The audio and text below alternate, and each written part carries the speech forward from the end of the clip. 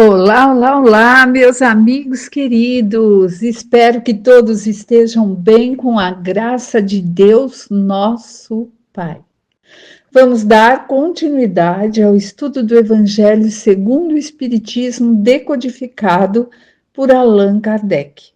Estamos ali no finalzinho quase do capítulo 4. Ninguém poderá ver o reino de Deus se não nascer de novo. E esse nascer de novo é nascer em espírito, né? Aí nós estamos hoje aqui estudando, né? Nós vimos na palestra anterior, começamos a instrução dos espíritos. Na palestra anterior, vimos os limites da encarnação. Quais são os limites? Não há um limite necessário. Vai reencarnar 10 vezes, 20 vezes, quantas vezes forem necessárias, pois Deus, nosso Pai, é misericordioso e nos dá a chance de reencarnarmos, nos melhorarmos e evoluirmos. Pois o objetivo é que todos nós que fomos criados, simples e ignorantes, iguaizinhos, todos, cheguemos ali à condição de Jesus, nosso irmão maior, um espírito crístico. E aí, cabe a cada um de nós e fazermos a nossa reforma moral, nossa reforma íntima, para que possamos ir galgando, degrau a degrau, essa evolução moral. Tem sim as evoluções necessárias da inteligência, da ciência, mas a moral é o que nos pede mais e que vai ao encontro ao espírito educado, o espírito ali se tornando luz para poder auxiliar, pois sempre há espíritos em criação. Deus não para de criar. E que sejamos ali também um irmão abnegado, como Jesus o foi, de vir reencarnar e nos auxiliar. Quantos milênios hão de passar até que cheguemos a isso? Não importa, muitos com certeza. Mas o importante é o aqui e agora, fazermos o nosso melhor. É isso que nós vimos. E aí vimos também de São Luís, porque o primeiro Limites da Encarnação foi São Luís, no mesmo ano de 1859, nós vimos a necessidade da encarnação, perguntando se seria necessário ou é uma punição reencarnar. E nós lemos parte, né, desse trecho aqui, desse subtítulo, e hoje nós vamos ver um pouco mais. Paramos ali no item 26, que também está falando sobre a colocação de São Luís. Aí, 1850. Nossa, acabei de falar, já esqueci, ô cabecinha.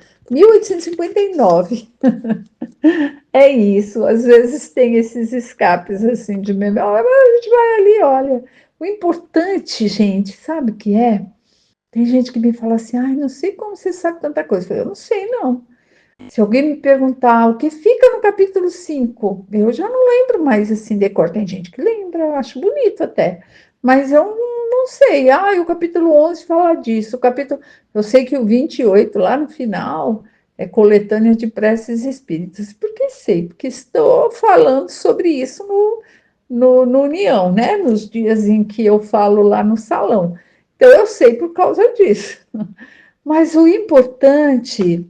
Por que eu vou dizer isso a vocês? Porque tem gente que fala, eu não guardo, não adianta nem ler, não adianta nem ouvir, porque eu não guardo. Sabe o que a gente guarda? Aquilo que fica ali intrínseco na gente. Uma hora que a gente vai fazer alguma coisa, e vem aquele sentimento assim, epa, isso eu não devo. É porque em algum lugar a sua consciência já percebeu, já ouviu, já assistiu, já conseguiu se melhorar. E isso é o que importa para nós no estudo. Não é lembrar que capítulo está em que item, é lembrar assim, o que está dizendo, o que eu posso fazer em respeito a isso. Nós vimos até a palestra anterior que nós estamos em busca dessa nossa melhora. Vamos continuar aqui. E que não é a reencarnação, não é só para quem é culpado, está em processo de culpa, não. Nós sabemos que tem os espíritos missionários que reencarnam aqui na Terra para nos dar a mão, os espíritos ali que também vêm com uma missão de auxiliar a ciência, as descobertas de vacina, de tanta coisa. Então, vamos lá, a nossa leitura. Observação. Uma comparação simples ajudará a entender melhor as duas possibilidades. O estudante apenas chega aos graus superiores da ciência após ter percorrido as séries que conduzem até lá. Essas séries, qualquer que seja o trabalho que exijam, são um meio de chegar ao objetivo e não uma punição. O estudante esforçado encurta a caminhada e nela encontra menos dificuldades. Contrariamente àquele cujo desleixo e preguiça obrigam a repetir algumas séries, não é o trabalho da repetição que constitui a punição, mas a obrigação de ter de fazer tudo outra vez. É isso, né? Se a gente encarna, ele deu aqui o exemplo de estudante. Tem aquelas que repetem, né? Um estudou e levou a sério, passou o fim de semana ali, deixou de ir numa festinha com os amigos, porque ia ter prova na segunda e se dedicou a estudar. O outro falou, larga de ser bobo, eu tô indo lá, vou tomar todas, sabe aquelas coisas assim meio de adolescente? E aí um foi, seguiu, tirou lá as notas necessárias, aprendeu, que é o importante, porque nota qualquer um tira colando. Ele aprendeu, ele fez jus ao merecimento. E o outro que só brincou, não. É isso que está dizendo. Se a gente encarna, só faz besteira, nós vamos reencarnar quantas vezes for necessário. Para quê? Para limparmos nosso perispírito da sujeira que fizemos, da desordem que provocamos. Mas o que importa não é quantas reencarnações sejam, porque a gente sabe que para cada ação nós temos uma reação. Tem até o livro do André Luiz com esse título. Então nós temos que restituir aquilo que nós colocamos em desequilíbrio. E é aí que se diz que a encarnação é um castigo, mas não é. É o caminho necessário para nos limparmos. Mas assim como aquele aluninho que não estudou, só ficou brincando e isso e aquilo, vai falar, porque tal professor está com birra de mim. É um castigo isso para mim, vou ter que fazer a 7ª série de novo. Enquanto o fulaninho lá, bobão, ficava lá na primeira carteira. É isso. Isso pode ser comparado com as encarnações. E não é um castigo, é uma forma daquele que não conseguiu, né? O aluninho que bagunçou, fala, vamos lá, meu filho, tenta, agora você vai aprender. E pode ser um expert ainda nisso, que você não está sabendo agora, se você se dedicar. Então, precisa ter essa boa vontade, a vontade firme, né, que a gente fala. E a encarnação também, para expurgarmos aqueles antigos vícios que a gente tem. E a escolha é nossa. Temos o livre-arbítrio e por isso é que temos que aprender com os erros. Por vezes falar, meu Deus, mas está tão difícil. Mas vai saber se na erraticidade não fomos nós que pedimos? Pedimos para vir assim, assado, e para passarmos por isso, por aquilo. Para quê? Para podermos nos limpar, aprender com os erros e procurar não provocar novos erros. Se tiver que seja de outra forma. E assim nós vamos aprendendo, evitando ficar patinando igual o carro andando na grama em dia de chuva. Hoje choveu muito aqui, onde eu moro, e a lateral da rua assim é tudo grama. Já aconteceu comigo lá atrás, quando eu não tinha muita experiência disso, né? de parar na grama e estacionar ali, aí choveu, fui sair, fez um buraco, porque só rodou, rodou, rodou e não sai do lugar. E a gente não pode perder a nossa encarnação, não é perder no sentido pejorativo, é assim, deixar passar em brancas nuvens, né? Como diz o poema lá, que passou em brancas nuvens, em plácido repouso adormeceu. Quem não sentiu o frio da desgraça, quem passou pela vida e não sofreu. Olha, por aí vai. Mas é isso, nós temos que aproveitar cada instante que temos de encarnado para não ficar ali repetindo as mesmas coisas, cometer os mesmos erros. E às vezes a gente faz isso nessa encarnação aqui mesmo. E eu vou tentar fazer algo melhor. Quando vê, tá lá, do mesmo jeito, fazendo a mesma coisa. Gente, olha, a Terra está passando aí por esse momento de regeneração, né? Nessa transição para estar numa regeneração de provas e expiações.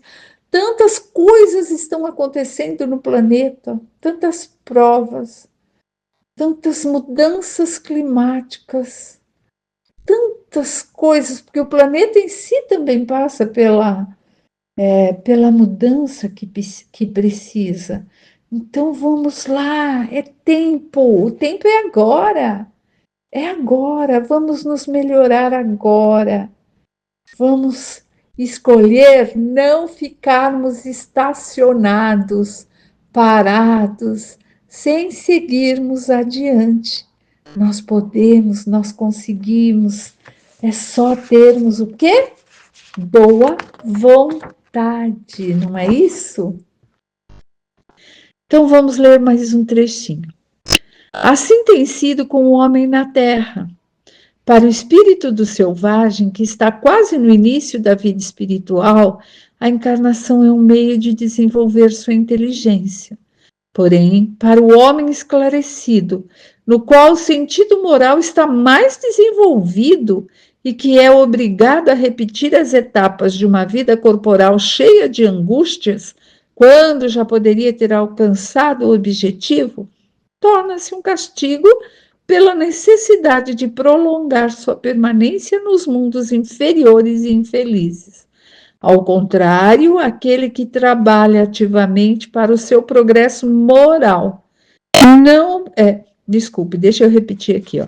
Aquele que trabalha ativamente para o seu progresso moral pode não somente encurtar a duração da encarnação material, mas vencer de uma só vez os graus intermediários que os separam dos mundos superiores. Então, vai depender de nós. A escolha é nossa. Nós é que vamos escolher como agir, o que fazer, quantas e quantas situações que nós passamos na vida e que se nós usarmos ali, falar, nossa, vou tirar daqui uma lição para mim mesmo, não é tirar lição para ensinar o outro, sou eu que preciso aprender, os outros aprenderão por me ver fazendo, ver falando, mudando o tom da minha voz. Então, é o nosso exemplo, não é o blá blá blá que vai fazer com que eu mude, que você mude. Não é isso. É exemplificando, é agindo, é pensando, eu vou tentar, é difícil, mas eu vou tentar me melhorar. Eu tenho vício da fofoca, vou parar de falar mal do outro. E aí nós vamos fazendo ali, como se diria antigamente, do limão uma limonada, pegando as situações que por vezes escolhemos como provas, expiações, arregaçando as mangas e agindo para mudarmos para melhor, ao invés de ficarmos ali nos vitimizando. Ó vida, ó.